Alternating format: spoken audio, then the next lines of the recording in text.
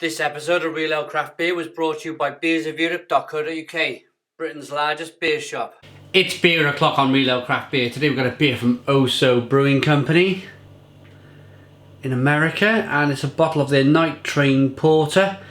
It's 6.7% ABV. I believe it's a porter.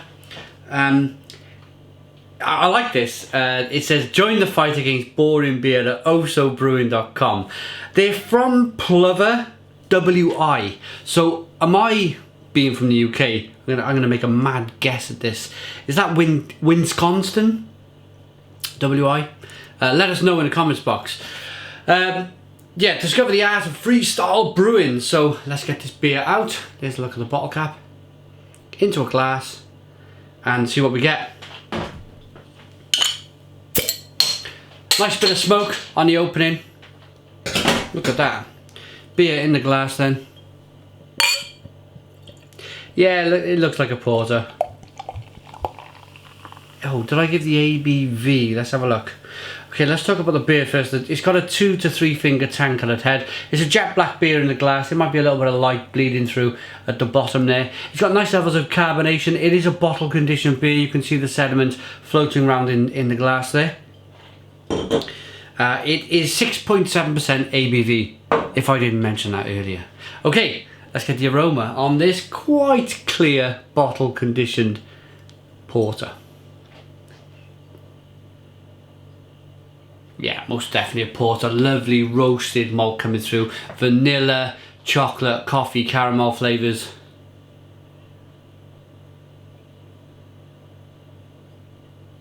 A little bit of confectionery chocolate in there as well. Maybe some nutty hazelnut in the background. It's not a forefront flavour, it's not a big bold flavour, but just a pinch of hazelnut. Should we dive in? Cheers.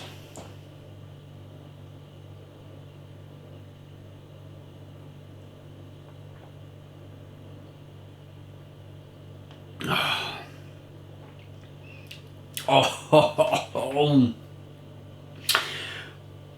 wow! Stone the Crows. That is such a flavoursome porter.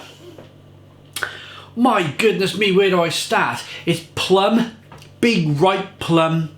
It's fig, Christmas figs in them little trays you get with a little bit of syrup that's added to it.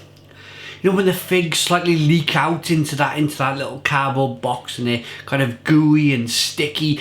It's that fig flavour. It's vinous. There's a lot of vinous quality in there. A lot of red wine quality there.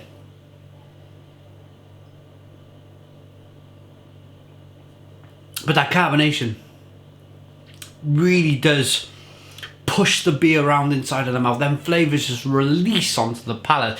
And I don't think I've ever, in the 3,000 or so beer reviews that we've done so far, 2016 onwards, I don't think I've ever had a porter as powerful and as flavoursome as this.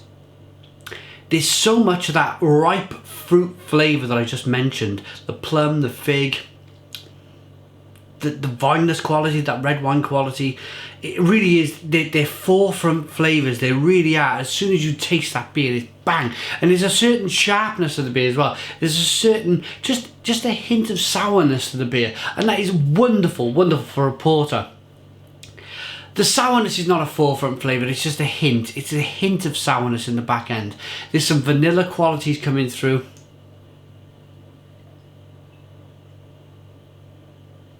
The mouthfeel is absolutely fantastic. It's a creamy, rich, dense mouthfeel that wraps around the palate. That carbonation then zings and tingles and just releases all of them flavours onto the mouth. It really is blimey. Probably one of the best porters I've ever reviewed on the channel. It is so flavoursome. So flavoursome.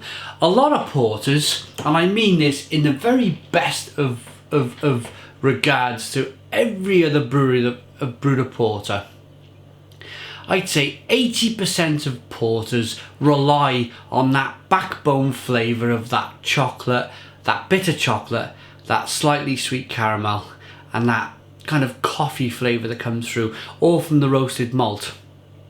But this, it kind of relies on that and more. It's telling you that that ripe fruit is fantastic. And I will mention, there's no ripe fruit in the beer at all. There's no figs being put in the fermenter. There's no plum added to the fermenter.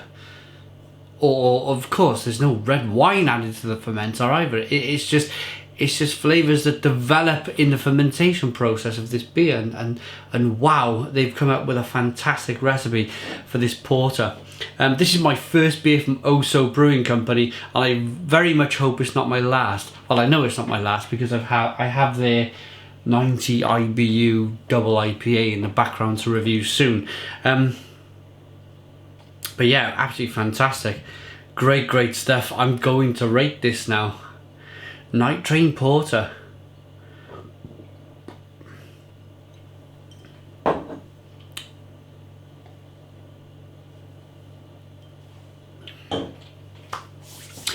The one thing I failed to mention, and only because there's just so much to kind of cram together into this review, there's so much to talk about with this beer, is that there's a lovely hoppy back end. It's a bitter hop finish on the back end, and that just adds to everything else.